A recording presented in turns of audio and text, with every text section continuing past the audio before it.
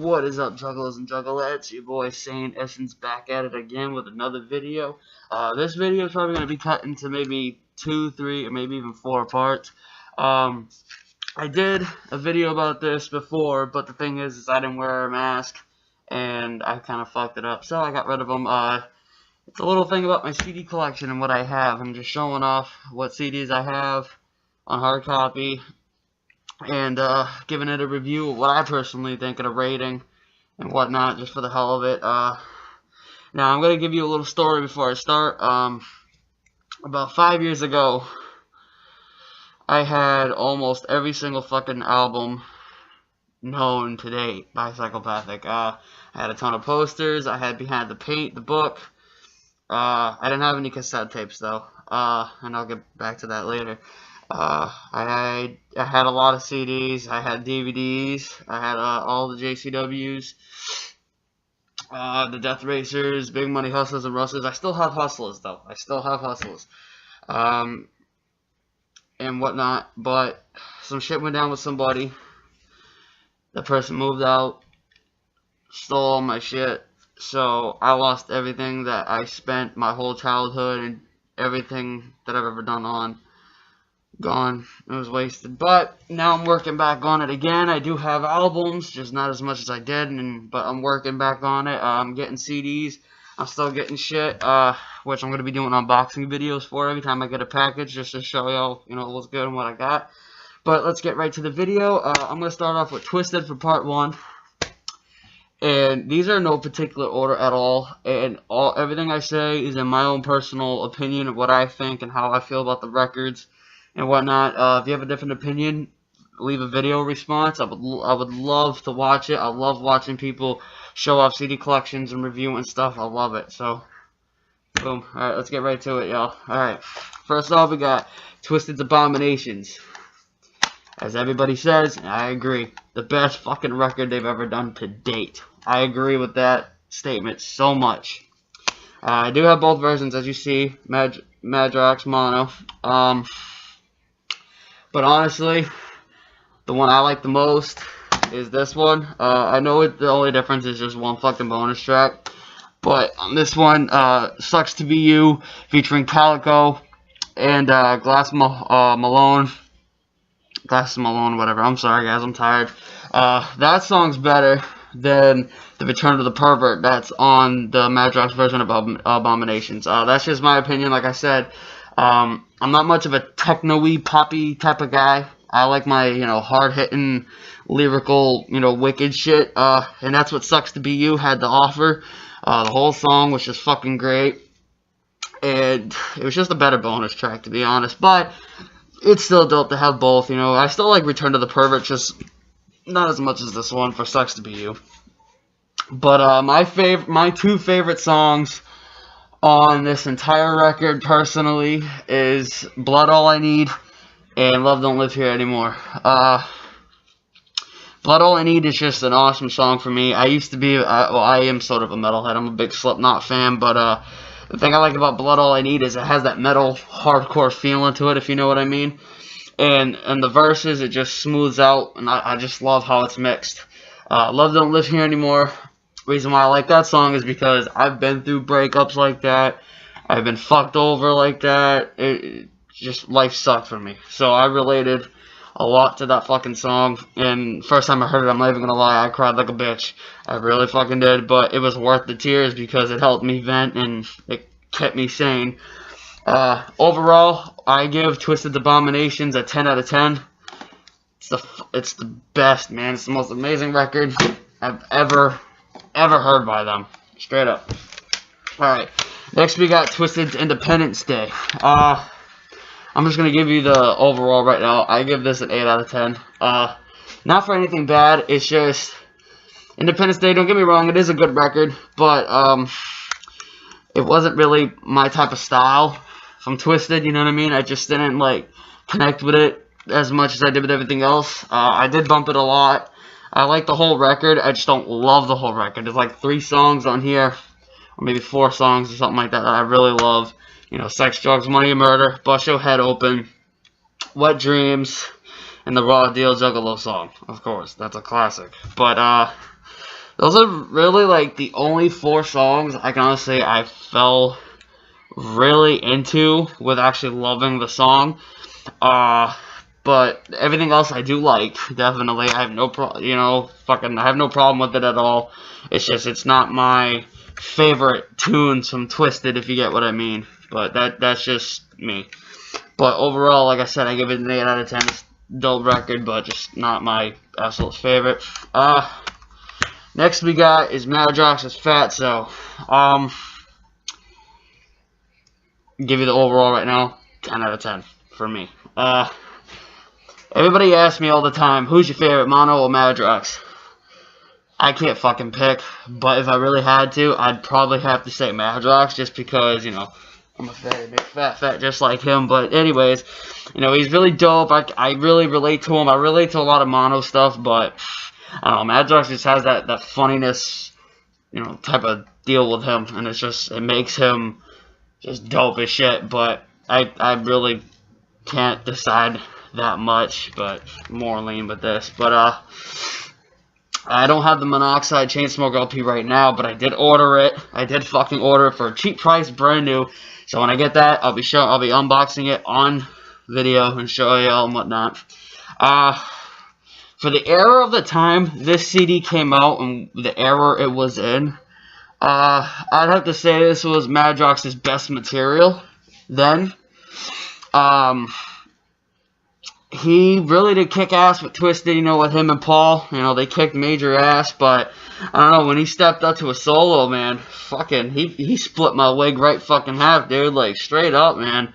It was fucking just dope, you know what I mean? Like, I honestly never thought I would hear Madrox ever. When I was a young kid, I never thought I would ever hear him do a solo record, ever.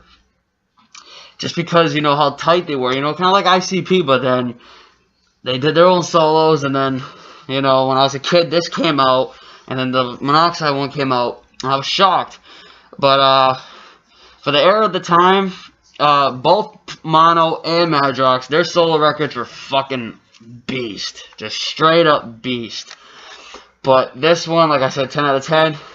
Favorite song on this whole CD, 4/5 2-wax handles. Just the way it was spit, and just the hype you get from it, you know what I mean? Like, when you listen to a track, and then you just get fucking hype for some reason, that's what I got from that song.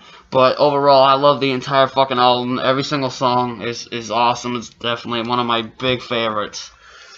Up next, we got Twiztid's A New Nightmare, released after they were off of Psychopathic Records, before Magic Ninja Entertainment started. It was the first release they did after Psychopathic. But I actually had a little question. I've been wondering this for a while, and I always wanted to know, but I could never find the answer. I don't even know if there is an answer for it yet. But does anybody remember when this was first coming out and this was being promoted? And you know what I mean? You were getting flyers with your Twiztid shop sales and everything, and how it said A New Nightmare, the mixtape. What I want to know is what happened to that. Like, I'm not saying it's not a mixtape, but, like, when you expect Twiztid to do a mixtape, you expect, like For the Fan Volume 2 type of deal, you know what I mean? Like, with that many songs. And when I got it, the mixtape thing was gone, and it's just an EP. It's still dope, but I always just wondered that, like, what happened, you know? Because I never heard them talk about it, and I never heard anybody ask them it. But that's just my own little questions. Another thing I like about it that I saw in a lot of other reviews, and I still don't even get this part. You open up the CD, this shit's upside down. I don't know if it's misprinted, like if they fucked up or something like that with the copies, or if it's made like that, but overall it's cool. That was definitely an awesome logo. I'm actually trying to get money for that to get it tattooed, definitely. I kind of like this a little bit more than the Magic Ninja Entertainment symbol, but I do like them both. Anyways, back to the fucking thing, so I'm not rambling. I give this about a 9 out of 10. The reason why I give it a 9 is because, okay, the Wasted Part 1 could have been a lot better. I'm not gonna lie. Wasted Part 2 off the Get Twiztid EP, which is on its way to me right now being delivered. Wasted Part 2 fucking just blew the first one out of the fucking water. You know what I mean? The first one was good, but the beat was really slow, and I don't know, it was just kind of like a slow song. When you heard Twiztid Part 2, it was more faster, it was more catchy, you know what I mean? Especially the chorus, dude. Madrox fucking went nuts on that chorus, you know what I mean? And this one, it was, like I said, it was still good. It's just something that I really wouldn't party to if I did party, just because, like I said, it was slow, it was different. Twiztid Part 2 is the party jam. And Falling Down featuring solo members, it is an awesome song, but it could have been delivered a little bit differently, in my opinion. Just like the beat was good, the piano at the beginning was good, but like, I don't know, it was weird. Like when Madrox, you know, like before the hook, he would split that little part, or it was after the hook or something like that. I haven't heard the song in a while. He was like, he did that little solo part, and then it went to the chorus with mono and whatnot. It was weird, in my opinion. It was kind of weird, just because it's not your normal Twiztid in my way, but it was still a good song. It's just, it could have been delivered a little bit better, to be honest. But yeah, 9 out of 10. But A New Nightmare is definitely an awesome fucking album. Definitely, hands fucking down.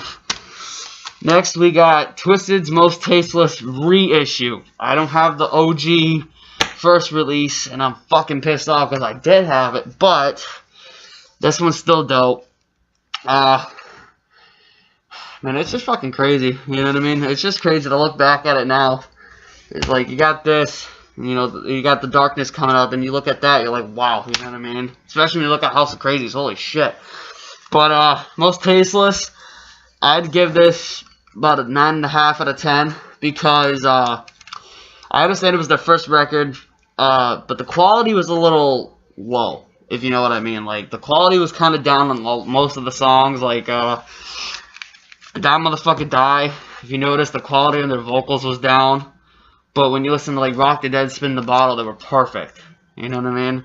I really can't say I have a favorite song on this, because every song on here is my favorite. This is probably, like, my second most favorite Twiztid album, definitely. But, yeah, 9.5 out of 10. I'd give it, just because of the quality. That's the only thing that killed the half. Next, I have Twiztid's Wicked, and I have two versions. One of them is the one that came with the DVD for the Ha Ha Ha Ha Ha music video, and the Buckets of Blood music video, the animated one, and it's dope. I love watching it all the fucking time. One of them is weird though, because I don't know if this happened to a lot of other people or just me, but when I went in, it was brand new. It was supposed to be the comic version. There was nothing with comic at all. It was just a CD and the normal standardized booklet. That's what I didn't get. I don't know, maybe it was like the other version besides the DVD one. It was like, you know, you gotta pick and whichever one, some do, some don't, you know what I mean? But I'm not too sure. If somebody can give a video response or a comment on that, it'd be really helpful, because I've never understood that and I've never bothered to ask. So, Wicked. It's kind of like, to me, when I look at this album and I listen to it, it kind of reminds me of ICP's Hell's Pit. Because you know how the Wraith Hell's Pit was ICP's most darkest album? That's what I kind of feel like with Wicked. That and the End of the Days EP. To me, that was their darkest CDs. Just because the way it felt, the little chills you got when you listen to it, you know what I mean? Especially when you're driving down a fucking black road during the night, pitch black, you bumping fucking, like, Bella Morte and shit, and you get that little cringe in the back of your neck. You're like, what the fuck? Yeah, that's what I got from it. But honestly, that's what I like getting from CDs, you know what I mean? Because it makes you more involved in it, you know what I mean? It makes you more involved with the sound, the lyrics, the attitude of the album, everything. But Wicked, I give a straight 10 out of 10, just because how fucking fresh it is. But yeah, 10 out of 10, definitely. Next, I have Twiztid's Mutant Volume 2. I don't have Man's Myth, sadly to fucking say, but I'm getting it soon, definitely. This CD, this particular CD, in my opinion, was probably one of their classics. in my eyes. Just because the way they had the songs, the way it sounded from both versions, volume 1 and 2, and just how fresh it is, you know what I mean? I definitely consider it a classic, just like how people consider, like, the Cryptic Collections classic. Like, the first one, the second one, I definitely would consider this in the same category. Definitely, just because, like I said, just how it is, how it sounds and everything. What I love about it comes with the DVD and the making and behind the scenes of Story of Our Lives music video. I fucking love watching it, man. It's so fucking funny what they do. It's just awesome. But, Mutant, I'd have to give a 9 out of 10. But Man Smith, I give a 10 out of 10. Mutant, why I give a 9 out of 10 is because when you put this one and Man Smith together, Man Smith had more of the fucking, you know, fuck you sound to it. This one, it kind of did, but in the sense it didn't. It was different. But I still like it, but like I said, I'm just knocking off one because of the difference. Just because how they went from like, to like, you know what I mean, to this one. But it was still good. Really awesome album. But yeah, 9 out of 10 for Mutant. Ugh, can't even talk. But it's definite fucking classic, without a doubt. These I'm just going to do at the same time because, you know, it just saves me a little bit of time. Because I'm getting there. All 4 Cryptic Collections. Now these, the 2 are not the originals, as you can tell, because the cover's different. It doesn't have the original cover. It's got this cover. I picked these up. I did have the originals before, but I had to pick these up again when CC4 came out. The local Newbury Comics. It's a, you know, if you don't know, it's a music store. And they have a lot of ICP and Twiztid and Psychopathic and whatnot. I actually pre-ordered this from the store. Like, I had them held it in a way, and I put a payment down, so when I went there to get it, it was promised. And what was cool was, they told me if I was to put down $25 instead of, I think the original price they were asking for was $11.99, I can get all 4 Cryptic Collections. And I didn't fucking believe it at first, you know, like the, oh my god, the OG Cryptic Collection 1 and 2, you know what I mean? I didn't fucking believe it. But I was right, but I did get the whole set, you know what I mean? And it was promised to me. Honestly, I don't care right now if these are re-releases because, you know, it's still fucking dope as shit. But I do want to get the originals just because I'm a collector, you know what I mean? A big collection of Psychopathic I'm trying to do, so you need everything and whatnot. But the whole Cryptic Collection series, I'm not going to do one by one because they're all fucking dope. There's nothing wrong with either one of them. 10 out of fucking 10 for all 4 of them, man. The best series I've seen them do, honestly. I think it was like the only series they actually did, to be honest. I don't fucking know. I'm tired. Like I said, I'm sorry. And up next, I have Heartbroken Homicidal. It's another record I'm giving a 10 out of 10 right now. Actually, fuck that, a 15 out of 10. I remember when this first came out, I was actually going through a breakup at the time, and I was actually admitted to the hospital a couple times for trying to commit suicide. After I came out, I stayed out of school for a while when I was in school. I didn't want to go, you know, I didn't want to be around anybody. It was funny, one of my friends actually came home from the mall. He said, here, I got a present to cheer you up, and he knows I needed the Twiztid CDs. He brought this home to me, and he was like, I don't know what you think. He didn't like the album at all, to be honest, but he brought it to me, bought me this brand new copy he bought me and everything. Told me to listen to it, think what I do. Okay. So I popped it in, you know, after getting it, popped it in, I listened to it.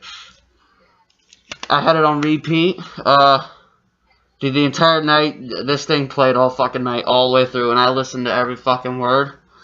This saved my life. I related to this shit so fucking much. And another thing I really love about it the most is you got the picture, and it's like a fucking, you know, a journal, and it comes with a pencil. My friend didn't know what the hell the pencil was for, but if you look in here and you use your pencil, you can make the words, or you can just put it underneath the light. But I figured I'd do this because I can't see that well. I don't have any glasses. I gotta get some, but I went like that, and I thought that was fucking awesome, you know what I mean? It comes with a fucking journal, you know what I mean? What I think is awesome, too, is, when you can write your problems on it, and you can see the pain that they dealt with, too, underneath yours. And that's what I think made this record the most relatable. Just because everybody's gone through heartbreak, you know what I mean? No one can ever say, oh yeah, I never... You know, everybody has some time in their life. And, this just really relaxes you, man. It takes your mind off the fucking world. In this record, it took my pain, and they wrapped it to me. It showed me pretty much, dude, life sucks. We know it happens. And then when all the rest came on the very last song, dude, my fucking problems were gone. I wasn't depressed. I wasn't thinking suicidal no more. I was happy as shit, man. You know, I was back out into the world instead of being antisocial, you know. So, 10 out of 10. 20 out of 10, actually. This record saved my fucking life, man. It's probably, besides Abominations, I put this in front of Abominations. This is my all-time favorite fucking Twiztid CD in the history of Twiztid. But, yeah, man, I got a real special bond with this album. Well, guys, that's it for part 1. That was my Twiztid.